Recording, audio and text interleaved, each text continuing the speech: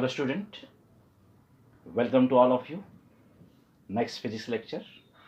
We are to see here the chapter number 2, mechanical properties of fluid, and this is the video number 18. Myself Rajesh Lagat, physics teacher, and we are to see the next topic in that chapter, angle of contact and its characteristics. We have to first define the angle of contact. What is meant by the angle of contact, and then its characteristics. In your exam, the question is define the angle of contact and give its characteristics. So that first, the definition of this angle of contact. Angle of contact is nothing but when the liquid is in contact with the solid, then angle between the surface of solid and tangent drawn to the liquid surface of liquid at the point of contact, and which is measured on the liquid side, is called as the angle of contact.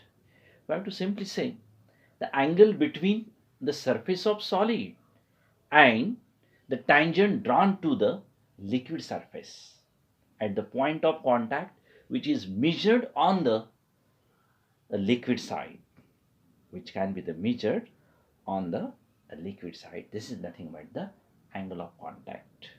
Understand?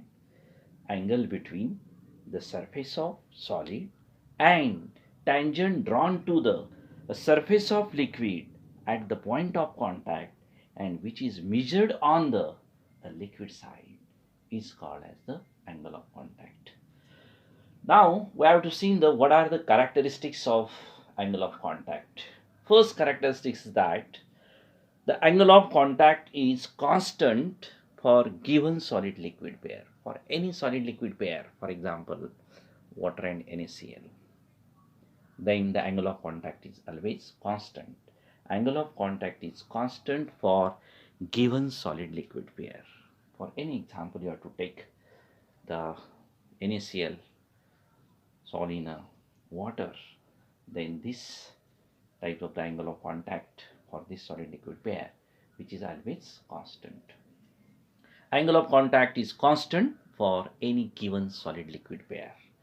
Second property is that for liquid which the partially wet the solid, then the angle of contact is acute. That means which is the less than 90, and which is called as the acute. And for example, for liquid, we have to take here the examples of this type of the liquid is nothing but just like the kerosene.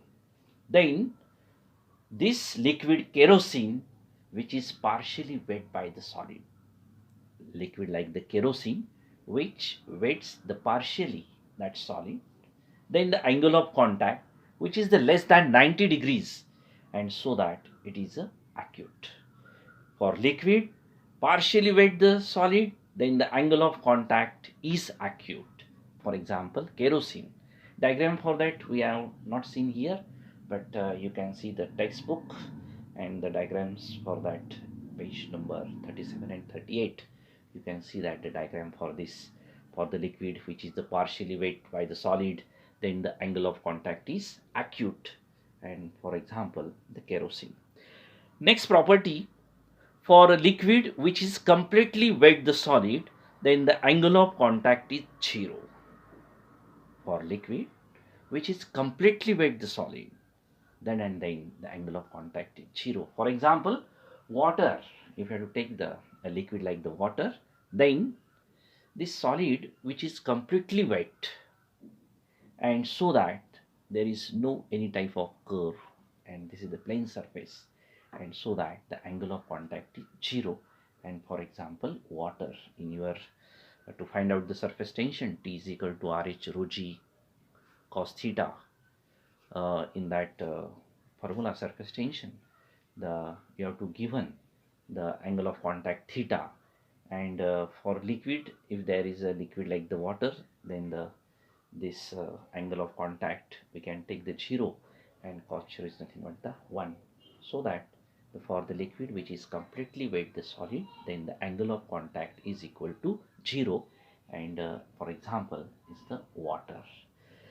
Next characteristics for the angle of contact. For liquid which does not weight the solid, for liquid which does not weight the solid, this is the exceptional case, then the angle of contact is obtuse, and this is happened only for the mercury.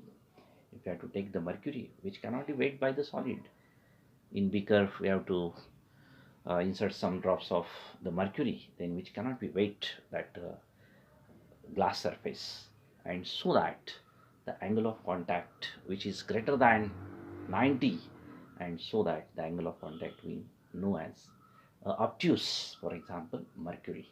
For liquid which does not weight the solid, then the angle of contact is obtuse, and for example mercury. We have to also give the next properties for the given liquid solid pair, even the small contamination in the surface which gives the large change in angle of contact. Small contamination for the given solid liquid pair, it should gives the large change in angle of contact. These are the characteristics of angle of contact. This is very important.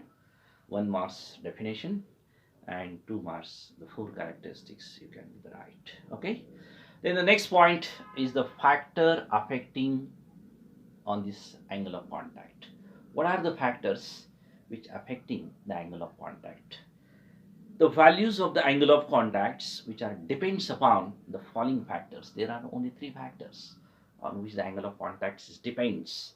And first one is that the nature of liquid and the solid which is in contact. What is the nature of the liquid and solid surface? Which is this nature, the angle of contact is depends. If it changes, angle of contact also changes. Second one is the impurities. Then the impurities present in the liquid which can be change the angle of contact. If you have to take the water and insert them any impurities in that liquid, then the angle of contact should be changes. By adding the impurity in that liquid, the angle of contact changes. That means the impurities, this factor, affect on this angle of contact. And third one is the temperature. Temperature is also affected this angle of contact. If the temperature of liquid, any liquid, which should be increases, temperature of liquid, if any, it should be increases its temperature of this liquid, which should be decreases the angle of contact. That means by increasing the temperature of the liquid, it should be decreases the angle of contact. And these are the factors which can be affected the angle of contact. Then the next short points is nothing but the excess of pressure across the free surface of liquid. If the liquid surface should be the plane, it should be the convex, it should be the concave, then the excess of pressure, that means the pressure difference, it should be a changes. We have to see here the 3 diagram. This is the plane surface, this is the concave surface, and this is nothing but the convex surface. Then what are the changes if this surface changes? What are the changes, the pressure on this liquid surface? Suppose if the surface is the plane, which is as shown in figure A, this surface is the plane, just like the glass plate which can be placed on the surface of the water, then what will happen? If the surface is the plane, then the forces due to the surface tension acting on the 2 sides of the element A and B, which are the equal and opposite, and so that there is no resultant force acting on them, and resultant force acting on them is equal to 0, so that therefore there should be no difference of pressure on the 2 sides of the plane surface. There is no pressure difference on the 2 sides of the plane surface AB. Understand? If the surface is the plane, then what will happen? Then the forces due to the surface tension, forces are produced due to the surface tension, and which is acting on the 2 sides of the element A and B. The surface tensions which are produced due to the forces acting on this point A and B, but they should be exert the equal and opposite forces on that, and so that the resultant force acting on them is equal to 0, and there is no difference of pressure on these two sides of the surface. No pressure. If the surface is plane, then there is no pressure difference. Then we have to see here, if the surface is the concave, as shown in figure B, if the surface is the concave, then what will happen? If the surface is concave, then the surface tension, forces due to the surface tension, which is acting on the element AB, which are the just vertically upward direction.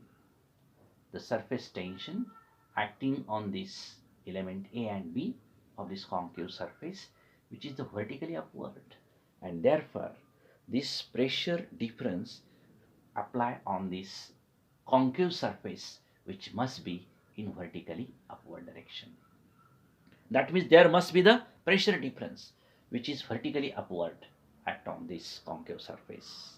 And if, on the other hand, if the surface is the convex, which is as shown in figure C, if the surface is convex, then what will happen? If the surface is the convex, then the forces due to the surface tension acting on these two elements A and B, which is the vertically downward direction, and there is also pressure difference, but which acts on a vertically downward direction as shown in figure C. Therefore there is also pressure difference when the surface is the convex. The above consideration leads the following conclusion, is that if the liquid surface is plane, there is no difference of pressure.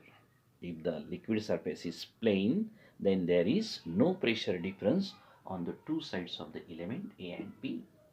But if the liquid surface is curved, if the liquid surface is curved, that means it should be concave or it should be convex. Then what will happen?